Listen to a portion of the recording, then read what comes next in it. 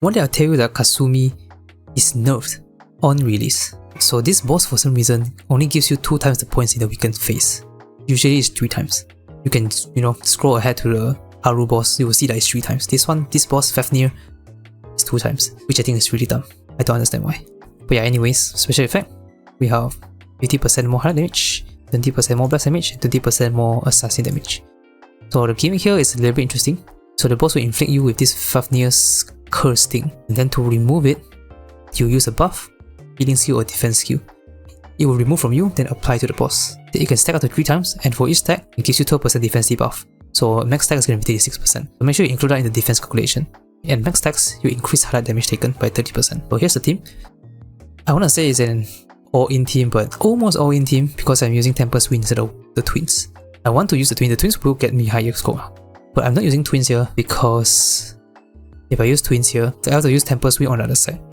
I have to use regular Wind Navigator on the other side. And I cannot run 2 winds on the same team.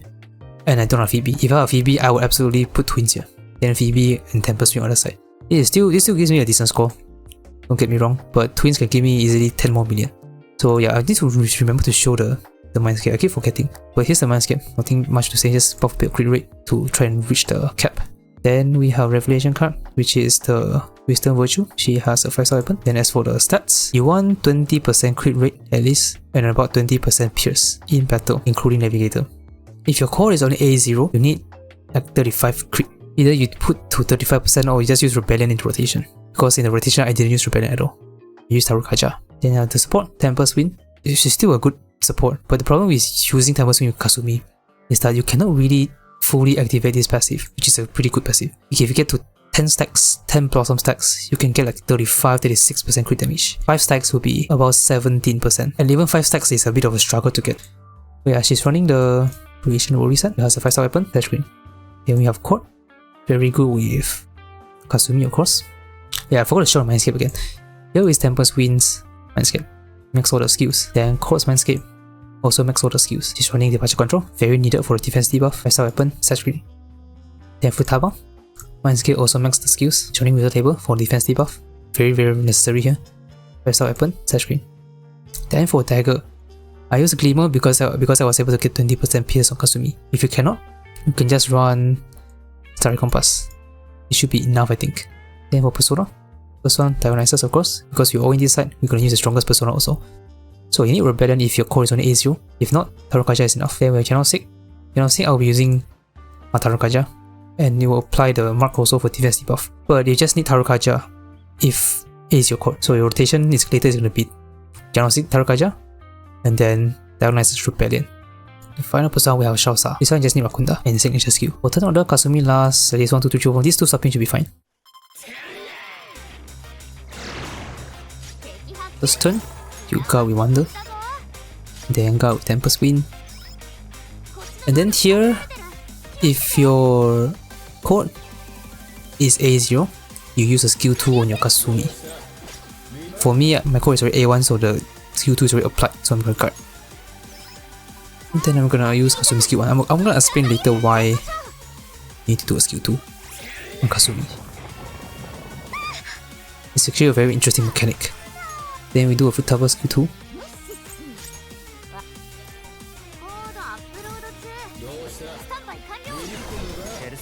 Then we go Akunda with Shrousa. And then we highlight with Shrousa.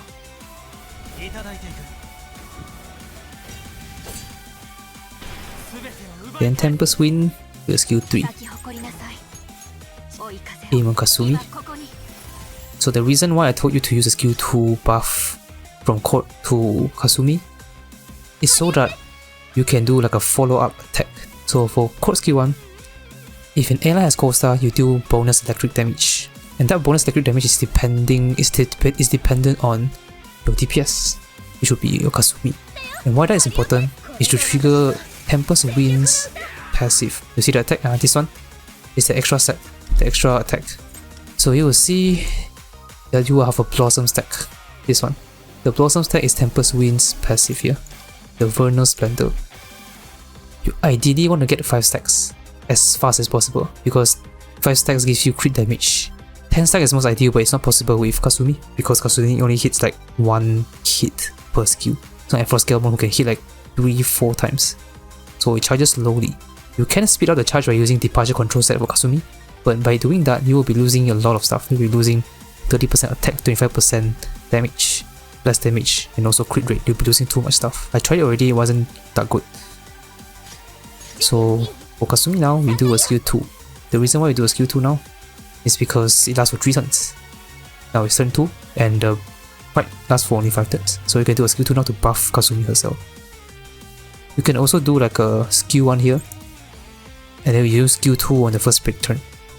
You kinda have to test it yourself, because that one got me a bit lower. So I'm gonna do a skill 2. It doesn't really matter who you aim, but I'm just gonna aim Wonder.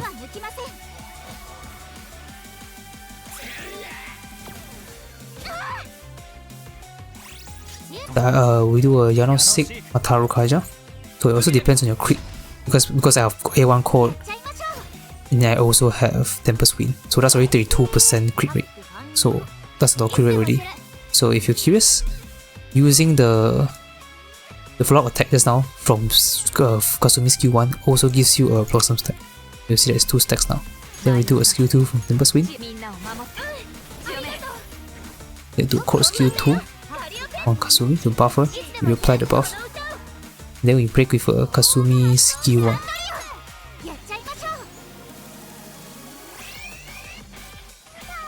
Then for Tower skill 1, debuff the defense. Then you use a Tempest Wind highlight. So the nice thing about Kasumi is that you can use like extra highlight. So you can have like 2 buff highlight to buff Kasumi's highlight. That's a lot of highlight. But yeah, with Taru Kaija, Dionysus. Okay, do a skill 3. Then we call skill 1, make sure you shock here. Okay, good. And then we do a skill 3 here. So like I said just now, you can also do a skill 2 here, then a skill 1 just now, so you kind of like replace the skill. But I found using a skill 3 here does more score total. Not by a lot though, like 1 or 2 million only. Then we do Tower skill 3.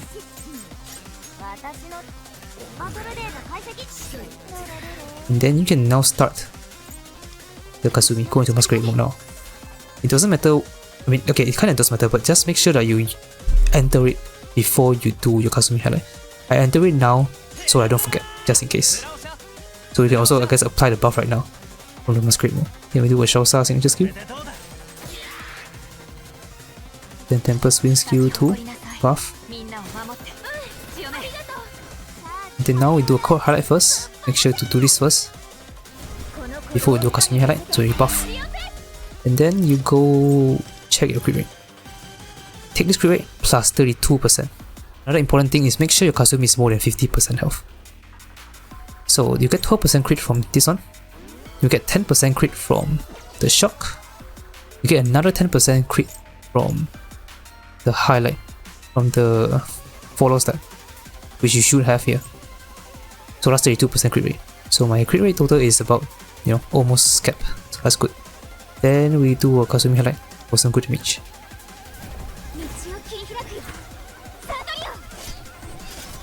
That's pretty good.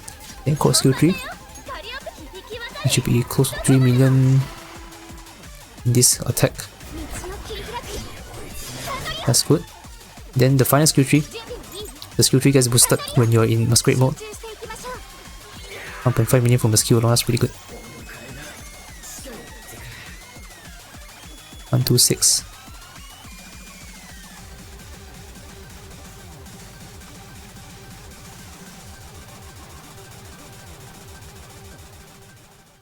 On the other side, we have Kartikeya, the Haru boss. So you increase damage based on your accuracy, sweeper damage increase, psychic damage increase. The boss gimmick is that every time you hit the boss, you get buff. It can give you pierce rate buff and give you regular damage buff. So here's the team. Like I said just now, we use twins here because I don't have Phoebe. If I have Phoebe, I'll just put Phoebe and Tempest Wind here. And our final member is going to be Leon. So how we have Haru, There's a Mindscape. Then she's running the Wisdom and Pleasure side. She has a 5-star weapon. Then you need 40%, around 40% crit in Crit Navigator. Then with the twins, Mindscape, they have the max skill, set as activity power. They have their 5-star weapon, Saturn. Then our trusty Leon, he has, I guess, barely any Mindscape creation reconciliation. 5-star weapon at R1, set screen. Then your Navigator, there's the Mindscape is running Integrity Labor, 5-star weapon at R3, set screen. So if you're wondering, if you use Okian here, it's really bad. I tried it. I got like 30 million less, terrible. So that's why I had to use twins here and sacrifice 10 million from the other side, because it's an overall net positive. Dagger, obviously, Starry Compass. And for Persona, you have the Cert. That's for Marakunda. Komakuten for Revolution Rebellion. You got Shiva for the signature skill. No order is going to be 1, 2, 3, 4. Twins, if it's A0, ideally number 1. Then these two swapping should be fine. Guard with the twins. You also guard with Wonder. Then we do a skill 2 Leon on Haru. And then you can just use a gun here. It's mainly just to break the inside stacks.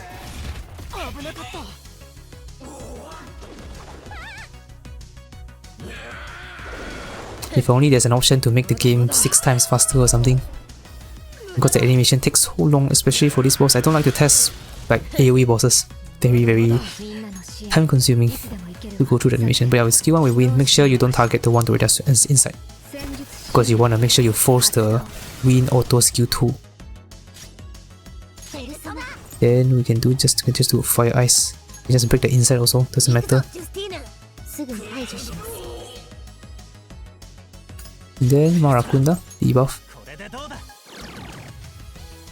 Let's do a Sword Highlight.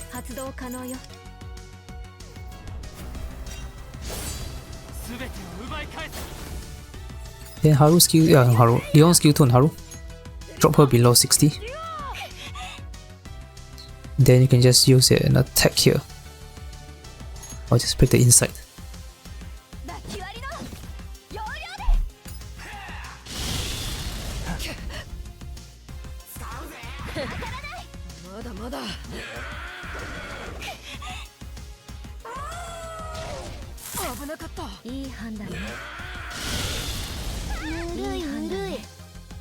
Then we do a win skill 1.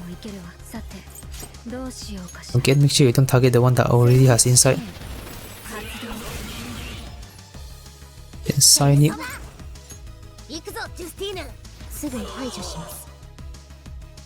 Then you can do a revolution of the crit. Then Leon skill 3. And then you break with a Haru skill 1.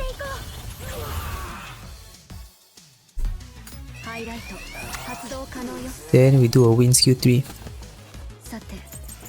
Do not target Haru, you want a HP to be low.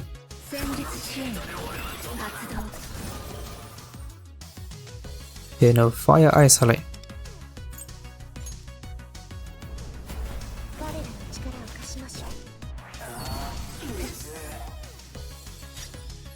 Then skill 3. Make sure that you actually want to hit the one inside now. If you don't, you will delay the wind's auto skill 2 by 1 turn. Not 1 action, 1 turn. So right after we use Rebellion, it should trigger here. Which is a very good timing. Oh no, it didn't. Oh, you do a skill 2. Did it trigger? It didn't trigger. That's strange. It triggers a few other times I tried this, but yeah, with skill 3, that's unfortunate because we're missing like 12% damage from the debuff. Then yeah, triggers now. It's a bit too late now. Because if it was a bit earlier, then the Haru skill 3 just now would have dealt a bit more damage. Then we do another skill 3. Again, do not target Haru.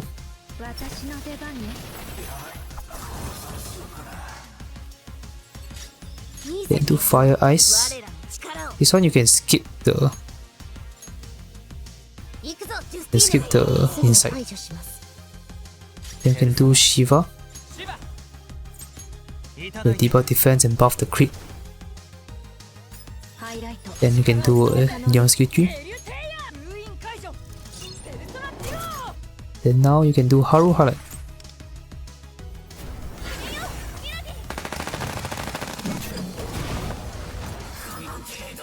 So you check your crit rate here. You plus 26.6%, which for me is pretty much over cap, which is nice.